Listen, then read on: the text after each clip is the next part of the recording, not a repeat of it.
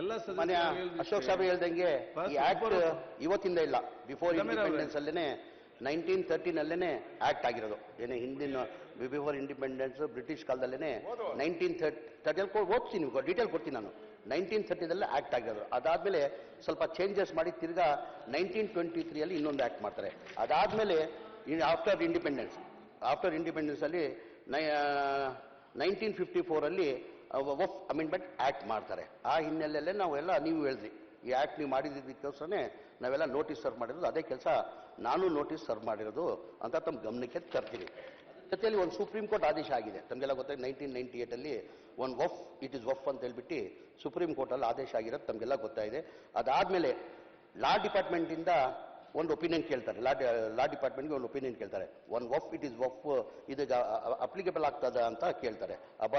ಇಮಾನ್ abolition act ಅದಕ್ಕೆ implement ಆಗ್ತದಂತ. ಅದಲ್ಲಿ ನಿಮ್ಮ ಸರ್ಕಾರ ಇರುವಾಗ ಮೋಸ್ಟ್ ಪ್ರಾಬಬ್ಲಿ ಸಮ್ಮಿಶ್ರ ಸರ್ಕಾರ ಇರ್ತದೆ 2019, ಇಲ್ಲ ಬಿಜೆಪಿ ಸರ್ಕಾರ ಇರ್ಬೋದು. ಅದ್ರಲ್ಲಿ ಲಾ ಡಿಪಾರ್ಟ್ಮೆಂಟ್ ಅವರು ಹೇಳ್ತಾರೆ ಇದಕ್ಕೆ ಅಪ್ಲಿಗ ಆಗಲ್ಲ ಅಂತ ಹೇಳ್ತಾರೆ ಒಪಿನಿಯನ್ಗೆ. ಅದಾದ್ಮೇಲೆ ತಿರ್ಗಾ ಒಂದು ಸುಪ್ರೀಂ ಕೋರ್ಟ್ 2017 ಸುಪ್ರೀಂ ಕೋರ್ಟಲ್ಲಿ ಮೋಹನ್ ಶಾಂತಗಳು ಒಂದು ಜಡ್ಜ್ಮೆಂಟ್ ಕೊಡ್ತಾರೆ. ಸುಪ್ರೀಂ ಕೋರ್ಟಲ್ಲಿ ಏನಂತ ಕೊಡ್ತಾರೆ, once it is a notify it is final as per judgment, any dispute about the property they can approach civil court. ಏನಾರು ಹಂಗಿದೆ ಸಿವಿಲ್ ಕೋರ್ಟ್ ಹೋಗೋಕೆ ಅವಕಾಶ ಇದೆ ಅಂತ ಸುಪ್ರೀಂ ಕೋರ್ಟ್ ಜಡ್ಜ್ಮೆಂಟ್. ಇದು ಸುಪ್ರೀಂ ಕೋರ್ಟ್ ಅವರು ಜಡ್ಜ್ಮೆಂಟ್ ಕೊಡ್ತಾರೆ.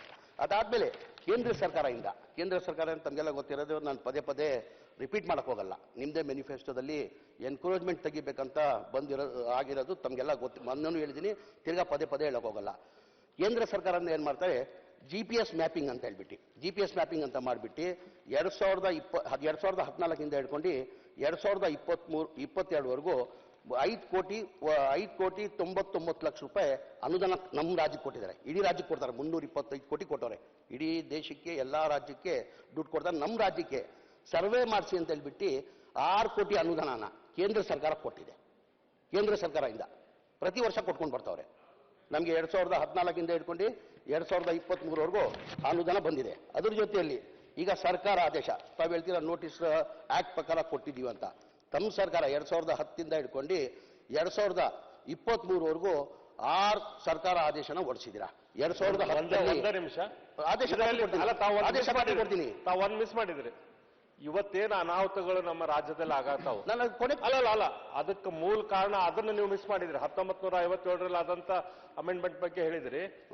ರೆಹಮಾನ್ ಖಾನ್ ಅವರು ಮೈನಾರಿಟಿ ಮಿನಿಸ್ಟರ್ ಇದ್ದಾಗ UPA 2 ಮನಮೋಹನ್ ಸಿಂಗ್ ಸೋನಿಯಾ ಗಾಂಧಿ ಆಡಳಿತದಲ್ಲಿ ಏನು ಕಾನೂನದಲ್ಲಿ ವಕ್ಫ್ ಕಾನೂನದಲ್ಲಿ ಏನು ಬದಲಾವಣೆ ಆಯಿತು, ಆ ವಕ್ಫ್ ಕಾನೂನದಿಂದ ದೊಡ್ಡ ಅನಾಹುತಗಳು ಶುರುವಾದವು.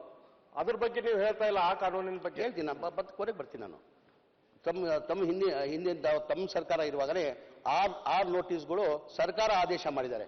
2004/1/2010 ಸರ್ಕಾರ ಆದೇಶ ಕಾಪಿ ಇದೆ, ನಾನು ಕಳಿಸ್ತೀನಿ ನಾನು. ಸರ್ಕಾರ ಆದೇಶ ಮಾಡಿರೋದು ಏನಂತ ಮಾಡ್ತಾರೆ, updating revenue records of properties, all deputy commissioners are directed to examine waqf records ಅಂತ ಒಂದು ಆದೇಶ ಮಾಡ್ತಾರೆ. ಯಾವಾಗ 4/1/2010 ಗೌರ್ಮೆಂಟ್ ಆದೇಶ ಹೌದು. ನಿಮ್ಮ ಸರ್ಕಾರ ಬಿಜೆಪಿ ಸರ್ಕಾರ, ಅವಾಗ ಮೋಸ್ಟ್ ಪ್ರಾಬಬ್ಲಿ ಯಡಿಯೂರಪ್ಪನೇ ಮುಖ್ಯಮಂತ್ರಿ ಆಗಿರ್ತಾರೆ ಆವಾಗ. ಅದು ಒಂದಾಯ್ತಾ. ಅದಾದ್ಮೇಲೆ ಇನ್ನೊಂದು 29/5/2010 ಇನ್ನೊಂದು ಸರ್ಕಾರ ಆದೇಶ ಹೊರಡಿಸ್ತಾರೆ. ಇನ್ನೊಂದು ಆದೇಶ ಎಲ್ಲ ಕಾಪಿ ಕೊಡ್ತೀನಿ ನಿಮಗೆ. ಏನಂತ, direction issues by the chief secretary, direction to all DCs ಯಾವ date, 29/5/2010 29/5/2010 direction issues to the all chief secretary, direction to the all DCs, SPs and ACs, take step for removal encroachment of properties. ತಮ್ಮ ಆದೇಶ, ತಮ್ಮ ಸರ್ಕಾರ ಅಲ್ಲಿ ಆದೇಶ ಮಾಡಿರೋದು ಕರೆಕ್ಟಾ. ಇದೊಂದು 2010 ಆಯ್ತು. 2011 ಇನ್ನೊಂದು ಆದೇಶ ಮಾಡ್ತಾರೆ ಸರ್ಕಾರ ವತಿಯಿಂದ. ಇನ್ನೊಂದು ಆದೇಶ ಮಾಡ್ತಾರೆ, notice issue by regional commissioner Kalaburagi division, direction to Kalaburagi division DCs, ACs, tahsildar, protections of waqf properties ಅಂತ 2/4/2011 ಒಂದು ಸರ್ಕಾರ ಆದೇಶ ಹೊರಡಿಸ್ತಾರೆ. ಅದಾದ್ಮೇಲೆ 29/8/2020 ರೆವೆನ್ಯೂ ಡಿಪಾರ್ಟ್ಮೆಂಟ್ ಫ್ಲಾಗಿಂಗ್ ಮಾಡಬೇಕು. ಅದು ಒಂದು ಖಾತಾ ಆದ್ಮೇಲೆ ಫ್ಲಾಗಿಂಗ್ ಮಾಡಬೇಕಾಗ್ತದೆ. ಅದಕ್ಕಂತ ಹೇಳ್ಬಿಟ್ಟು ಸರ್ಕಾರ ಆದೇಶ ಹೊರಡಿಸ್ತಾರೆ 29/8/2020 revenue department flagging of properties ಇರೋದು ಅದು ಇಮಿಡಿಯೇಟ್ ಮಾಡಿ ಅಂತ ಒಂದು ಆದೇಶ ಹೊರಡಿಸ್ತಾರೆ, ಸರ್ಕಾರ ಆದೇಶ ಇದು. ಅದಾದ್ಮೇಲೆ 8/1/21 ಇನ್ನೊಂದು ಆದೇಶ ಅರ್ಬನ್ ಡಿಪಾರ್ಟ್ಮೆಂಟ್ ಇಂದ ಇನ್ನೊಂದು ಸರ್ಕಾರಿ ಆದೇಶ ಹೊರಡಿಸ್ತಾರೆ 8/1/2023 powers of protection task force ರಚನೆ ಮಾಡಿ ಅಂತ ಒಂದು ಟಾಸ್ಕ್ ಫೋರ್ಸ್ ರಚನೆ ಮಾಡಿ ಅಂತ ಒಂದು ಆದೇಶ ಹೊರಡಿಸ್ತಾರೆ. ಯಾವಾಗ 8/1/2021 ಇನ್ನೊಂದು ಆದೇಶ 27/1/2021 ಫ್ಲಾಗಿಂಗ್ ಮಾಡಿ ಅಂತ ಇನ್ನೊಂದು ಆದೇಶ ಹೊರಡ್ತಾರೆ. ವಫ್ ಪ್ರಾಪರ್ಟೀಸ್ಗೆ ಫ್ಲಾಗಿಂಗ್ ಮಾಡಿ ಅಂತ ಹೇಳ್ಬಿಟ್ಟು ಆದೇಶನ ಹೊರಡಿಸ್ತಾರೆ. ಇದೆಲ್ಲ ಇವತ್ತಿಂದ ಇಲ್ಲ, ಆ ಪದ್ಧತಿ ಅವತ್ತಿಂದನೇ ಹಿಂದಿಂದನೇ ಆ ನೋಟಿಸ್ ಕೊಡೋ ಪದ್ಧತಿಗಳು ಬಂದಿದೆ. ಅದಕ್ಕಂತ ನೀವು ಒಂದು ದೊಡ್ಡ ಇಶ್ಯೂ ಮಾಡಿಬಿಟ್ರಿ. ಇವರೆಲ್ಲ ಈ ಸರ್ಕಾರದಲ್ಲಿ ವಫ್ ಎಲ್ಲ ರೈತರ ಆಸ್ತಿ ಎಲ್ಲ ವಫ್ಗೆ ಮಾಡಿಸ್ಕೊಂತವ್ರೆ, ದೇವಸ್ಥಾನಗಳೆಲ್ಲ ವಫ್ಗೆ ತಗೊಂಡ್ಬಿಡ್ತಾವ್ರೆ ಅಂತ ಹೇಳ್ಬಿಟ್ಟು ತಾವೆಲ್ಲ ದೊಡ್ಡದಾಗಿ ಒಂದು ಇಶ್ಯೂ ಮಾಡಿದ್ರಿ.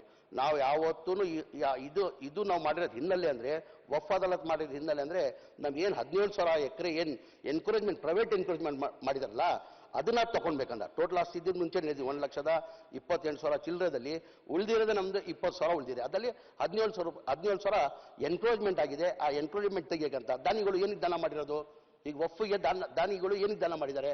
ಅವ್ರ ಫ್ಯಾಮಿಲಿ ಮೆಂಬರ್ಸ್ ಇರ್ತಾರೆ, ಹೆಂಡತಿ ಕಡೆಯವರು ಇರ್ತಾರೆ, ತಂದೆ ಕಡೆಯವರು ಇರ್ತಾರೆ, ಬೇರೆ ಬೇರೆ ಅವ್ರ ರಿಲೇಷನ್ಸ್ ಇರ್ತಾರೆ. ಅದು ಬಿಟ್ಟು ಏನಿಗೆ ಮಾಡ್ತಾರೆ? ಸಮಾಜಕ್ಕೆ ಒಳ್ಳೇದಾಗ್ಲಿ ಅಂತ ದಾನ ಮಾಡಿರೋ ದಾನಿಗಳು ಇದು.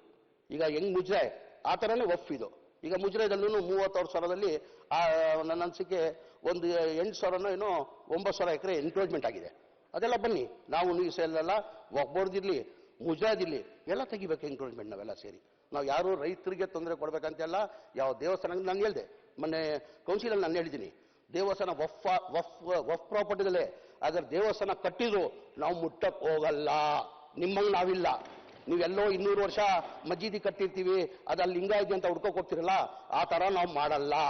ವಫ್ ಆಸ್ತಿದಲ್ಲಿ ದೇವಸ್ಥಾನ ಕಟ್ಟಿದ್ರು ನಾವು ಅದಕ್ಕೆ ನಾವು ಮುಟ್ಟಲ್ಲ. ಆಮೇಲೆ ರೈತರ ಜಾಗ ಯಾರನ್ನ ಮುಟ್ಟಕ್ ಸಾಧ್ಯನಾ? ಮುಟ್ಟಲ್ಲ ಅಂತಿರಲ್ಲ. ನೋಡಿ, ಇಲ್ಲಿ ಶ್ರೀರಂಗಪಟ್ಟಣ ತಾಲೂಕು ಲಕ್ಷ್ಮೀ ದೇವಸ್ಥಾನ ವಕ್ಫ್ ಬೋರ್ಡ್ ನೋಟಿಸ್ ಕೊಟ್ಟಿದ್ದೀರಲ್ಲ, ನಾವು ಮುಟ್ಟಕ್ ಹೋಗಲ್ಲ. ಹೇಳ್ತೀನಿ ಅದ್ರ ಬಗ್ಗೆ ಡೀಟೇಲ್. ನೋಟಿಸ್ ಕೊಟ್ರೆ ನೀವು ನೋಟಿಸ್ ಕೊಟ್ಟಿದ್ವಿ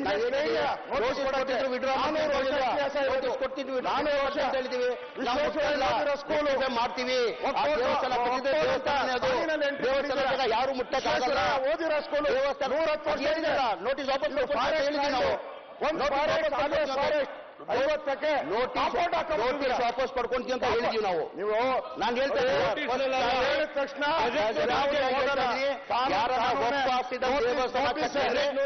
ಮುಟ್ಟಕ್ ಹೋಗಲ್ಲ, ಅದ್ರಲ್ಲಿ ಮುಟ್ಟಕ್ ಹೋಗಲ್ಲ. ಬಿಜೆಪಿ ಅವ್ರು ಮಾಡಿದ್ರು, ಬಿಜೆಪಿ ಅವರೆಲ್ಲ ನಾನು ಹೇಳ್ತಾರೆ ನೀವು ಕೊಟ್ಟಿರೋ ನೋಟಿಸ್. ಸರ್ಕಾರ ಮುಖ್ಯಮಂತ್ರಿಗಳು ಆದೇಶ ಮಾಡಿದ್ದಾರೆ, ಎಲ್ಲ ನೋಟಿಸ್ಗಳು ಮಾಡಿದ್ದಾರೆ. ಮೈಸೂರಲ್ಲಿ ಚಾಮುಂಡೇಶ್ವರಿ ಇದರಲ್ಲಿ 110 ಮನೆ ಕೊಟ್ಟಿದ್ದಾರೆ.